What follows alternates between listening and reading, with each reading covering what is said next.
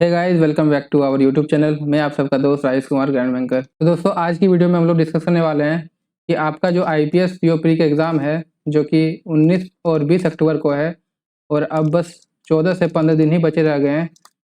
तो आपका जो एग्ज़ाम में सेफ अटेम्प्ट क्या होना चाहिए, what should be your safe attempt. आप कम से कम कितना अटेम्प्ट करो कि आपका प्री का एग्ज़ाम निकल जाए।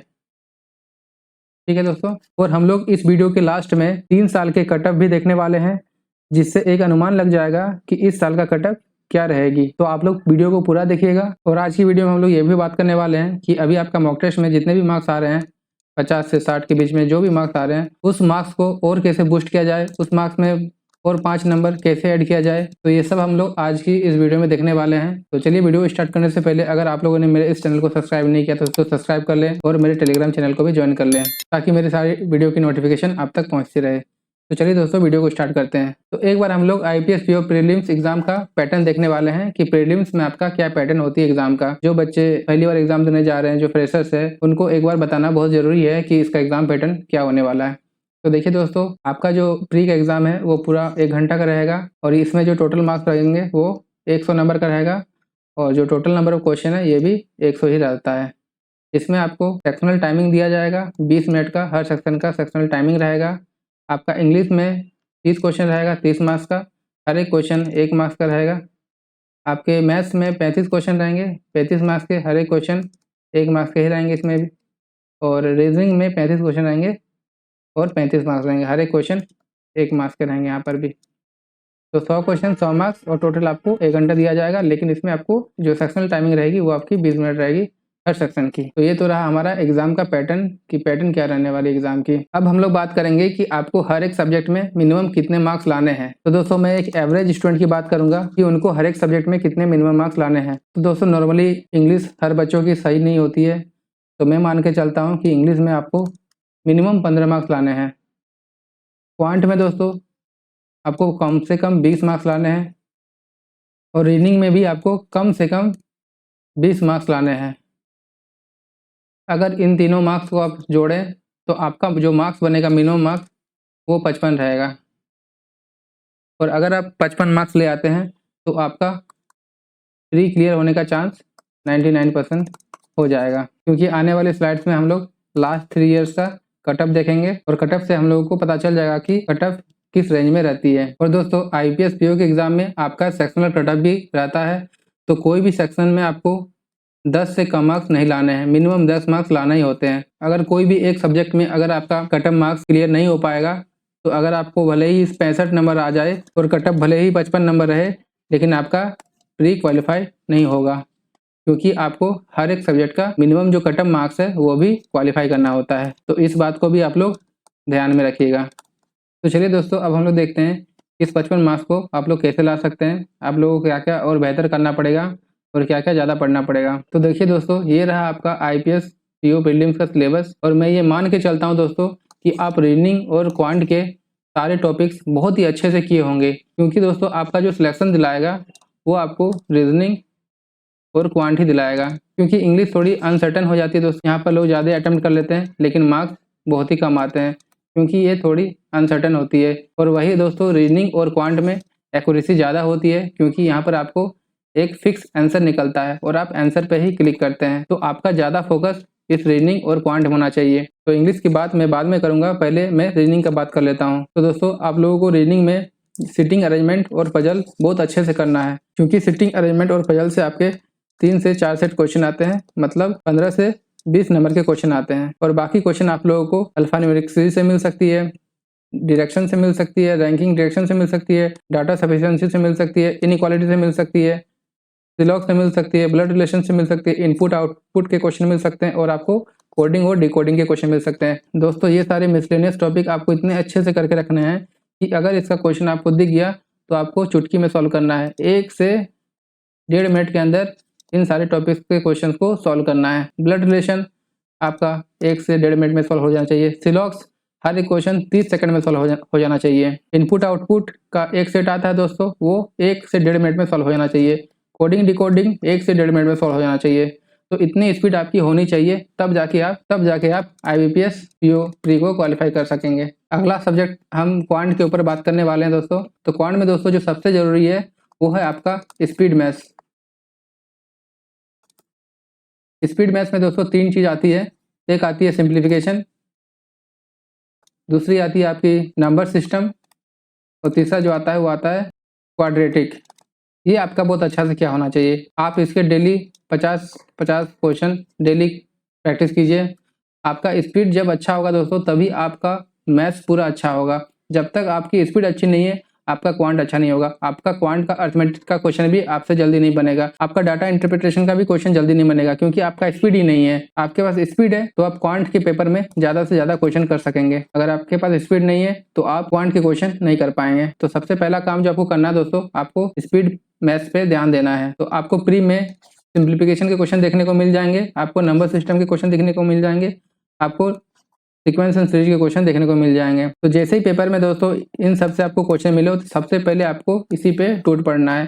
अगर पेपर में इन 3 टॉपिक मिलाकर अगर 10 क्वेश्चन भी रहे तो आपको 10 के 10 पूरे मार्क्स लाने हैं, वो भी 6 से 7 मिनट में। एक और चीज़ दोस्तों, जैसे आप एग्जाम स्टार्ट करो तो मान लीजिए अगर आपका क्वांट का सेक्शन खुला है तो सबसे पहले आप 1 मिनट में एक काम करना है कि आपको 1 से 30 तक के सारे क्वेश्चन आपको देखने हैं, और आपको उसी टाइम ये डिसाइड करना है कि कौन से क्वेश्चंस थोड़े आसान हैं, कौन से क्या 1-2 क्वेश्चन सिंप्लीफिकेशन के भी आ रहे हैं, क्या कुछ क्वेश्चंस नंबर सिस्टम के भी हैं, क्या कुछ क्वेश्चन सीक्वेंस एंड सीरीज से है। तो पूरा पेपर जब आप चेक कर लोगे तो आपको 2 चीज़ का आइडिया लग जाएगा दोस्तों। एक तो स्पीड मैथ्स के क्वेश्चन है कि नहीं, और दूसरी कौन कौन सी क्वेश्चन डुएबल है जो आप तुरंत कर सकते हो 1 से 1.5 मिनट में, और तीसरी चीज़ कि कौन कौन से क्वेश्चन थोड़े टफ है उसे बाद में किया जाएगा।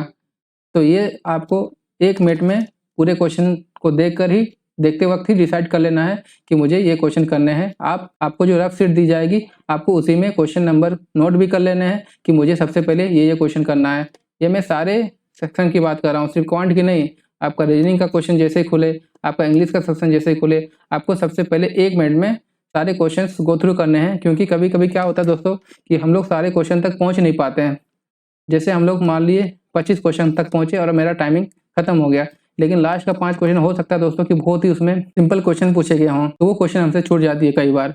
काफ़ी बच्चों का ऐसा होता है, मेरे साथ भी ऐसा हुआ था एग्जाम में। तो ये गलती आपको नहीं करनी है दोस्तों, ठीक है। तो क्वांट में दोस्तों स्पीड मैथ्स के बाद आपको डीआई की तरफ जाना चाहिए, क्योंकि डीआई में 1 से 2 सेट्स के क्वेश्चन आते हैं और हर एक सेट में 5 क्वेश्चन रहते हैं। तो आपको यहाँ से 10 मार्क्स के क्वेश्चन मिलेंगे। अगर आप डीआई करके गए होंगे तो आपका यहाँ पर 10 नंबर आ सकता है। और बाकी दोस्तों अगर आपके पास 5 से 6 मिनट का समय बचे तो आप जरूर अर्थमेटिक के उन क्वेश्चन को करेंगे जो टॉपिक आप बहुत ही अच्छा से करके गए होंगे।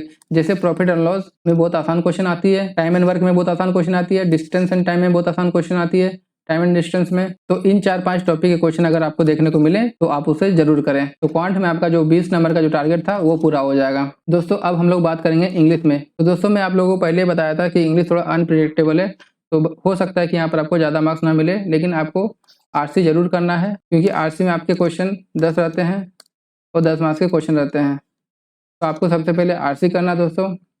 उसके बाद अगर आपका ग्रामर सही है, अगर ग्रामर पढ़ के गए हैं तो ग्रामर से आपका बहुत सारे क्वेश्चंस बन सकते हैं, जैसे error detection and error spotting, cloze test. और अगर आपका रीडिंग स्किल अच्छा है दोस्तों तो आप आरसी आराम से कर लोगे, पारा जंबल आराम से कर लोगे, वर्ड यूजेज आराम से कर लोगे, फिल इन द ब्लैंक्स भी कर लोगे, और पैरा कंपेरिजन भी कर लोगे। तो इंग्लिश को इम्प्रूव करने के लिए दोस्तों आपको 2 ही चीज़ करना है। एक तो आपका रीडिंग स्किल अच्छा हो, और दूसरा दोस्तों आपका ग्रामर अच्छा हो। ग्रामर के लिए दोस्तों आप 120 रूल्स ऑफ ग्रामर कर सकते हैं, यूट्यूब में अवेलेबल है, आप पीडीएफ से भी देख सकते हैं। बाकी आप जितनी प्रैक्टिस करो इंग्लिश उतना ही कम है, इंग्लिश में आप जितना प्रैक्टिस करेंगे उतना अच्छा है आपके लिए।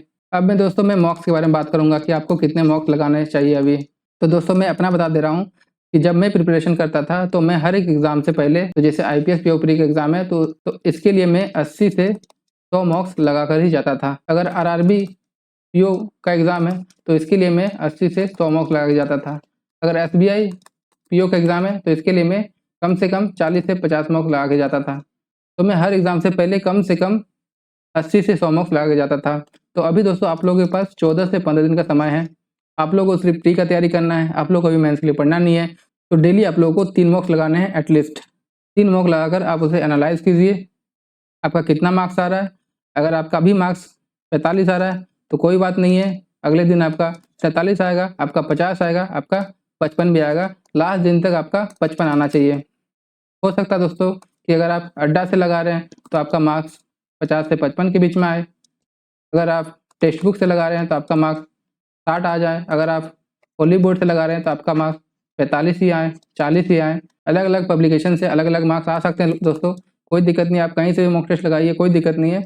लेकिन आपका रियल एग्जाम में एटलीस्ट आपको 55 लाने हैं, क्योंकि आपका जो कट ऑफ होती है दोस्तों वो 45 से 55 के बीच में रहती है। क्योंकि दोस्तों जो आपका कट ऑफ है वो 45 से 55 के रेंज में वेरी करता है। तो चलिए दोस्तों अब देख लेते हैं कि लास्ट 3 ईयर्स का कट ऑफ क्या रहा है, उसका सेक्शनल कट ऑफ क्या रहा है और इस साल हम लोग क्या अंदाजा लगा सकते हैं कट ऑफ के लिए। तो सबसे पहले हम लोग लास्ट ईयर का बात कर लेते हैं कि 2023 में IPS प्योर प्री का एग्जाम का कट ऑफ कितना रहा। तो जो जनरल कैटेगरी थी उसका कट ऑफ था 55.24। ये ऑल इंडिया की कट ऑफ है दोस्तों, क्योंकि IPS PO में ऑल इंडिया का सेम कट ऑफ रहती है। RRB PO और RRB क्लर्क में स्टेट वाइज कट ऑफ निकलती है। IPS क्लर्क के लिए भी स्टेट वाइज कट ऑफ निकलती है, लेकिन IPS PO SBI PO में ऑल इंडिया का सेम कट ऑफ रहता है। तो जनरल के लिए 54.25 की कट ऑफ गई थी पिछले साल, SC का 49.5, ST का 43, OBC NCL non creamy layer का 54.25। देखिए दोस्तों जनरल और OBC का कट ऑफ सेम गई थी, इवन कि EWS का भी कट ऑफ 54.25 ही गई थी। तो अगर आपका मार्क्स 55 था तो आप क्वालिफाई होते। तो इसीलिए आप लोग दोस्तों 55 लाने का टारगेट कीजिए हर एक मॉक्स में। अगर सेक्शनल कट ऑफ की बात करें तो क्वांट में जो सेक्शनल कट ऑफ था वो 7 था, मैं जनरल की बात कर रहा हूँ। रीजनिंग का 10 था और इंग्लिश का 11.5 था। दोस्तों अगर किसी का यहाँ पर अगर किसी का मार्क्स 25 भी आता और यहाँ पर 28 भी आता, लेकिन इंग्लिश में अगर उसका 10 नंबर आता तो टोटल उसका मार्क्स 63 होता, लेकिन वो क्वालिफाई नहीं कर पाता क्योंकि इसका इंग्लिश में 10 था जो कि सेक्शनल कट ऑफ से कम था। तो अगर कोई भी एक पेपर में आपका सेक्शनल कट ऑफ से कम हो जाएगी तो आप ओवरऑल क्वालिफाई नहीं कर पाओगे। तो ये बहुत लोगों के साथ होता है दोस्तों कि उसका मार्क्स बहुत ही अच्छे होते हैं, लेकिन वो बस 0.25, 0.5 एक नंबर के लिए सेक्शनल कट ऑफ नहीं क्लियर कर पाते हैं और उसका एग्जाम नहीं निकल पाता है। तो आपको तीनों ही सब्जेक्ट को करके रखना है अच्छा से। 2022 का अगर कट ऑफ की बात करें, जनरल के लिए 49.75, SC के लिए 40.75, ST के लिए 40.75 और OBC के लिए 49.75। OBC और जनरल का कट ऑफ देखिए यहाँ भी दोस्तों सेम ही है। अगर सेक्शनल कट ऑफ की बात करें तो इंग्लिश में 9.75, अपर कास्ट मतलब जनरल के लिए 6.5, SC ST के लिए और OBC के लिए 6.5। क्वांट में 8.75। क्वांट की बात करूं तो जनरल के लिए 8.75 गई थी और रीजनिंग की बात करूं तो जनरल के लिए 9.25 गई थी। आप लोग अपना कैटेगरी वाइज स्कोर यहाँ से देख सकते हैं कि कितनी कट ऑफ गई थी। अगर 2021 का बात करूँ तो दोस्तों जनरल के लिए 50.5, SC के लिए 44.5, ST के लिए 38 और OBC के लिए 50.5। और सेक्शनल कट ऑफ की बात करूँ तो इंग्लिश में 10 नंबर गई थी, क्वांट में 9 नंबर गई थी और रीजनिंग में 10 नंबर गया था। तो ये था दोस्तों लास्ट 3 ईयर्स का कट ऑफ। तो हम लोगों ने देखा था कि 2023 में 54.75 था, 2022 में 49.75 था और 2021 में 50.5 था। तो दोस्तों कट ऑफ हमेशा इसी रेंज में रहती है, तो हम लोग हमेशा 55 मान के चलते हैं कि 55 अगर आपका एग्जाम में आ गया 2024 में तो आपका प्री में सिलेक्शन पक्का है दोस्तों।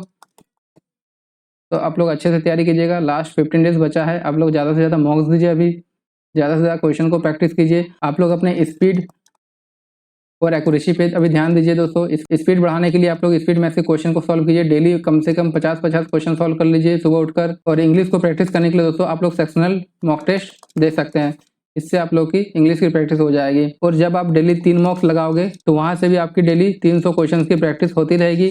और एक्स्ट्रा भी अगर आपके पास समय बचे तो आप लोग अलग से भी प्रैक्टिस कर सकते हैं। तो इस वीडियो में दोस्तों इतना ही। तो अगर अभी तक आप लोगों ने मेरे चैनल को सब्सक्राइब नहीं किया है दोस्तों तो सब्सक्राइब कर लें, क्योंकि इस तरह के वीडियो में डालता रहता हूँ अपने यूट्यूब चैनल पर। तो चलिए दोस्तों, ऑल द बेस्ट।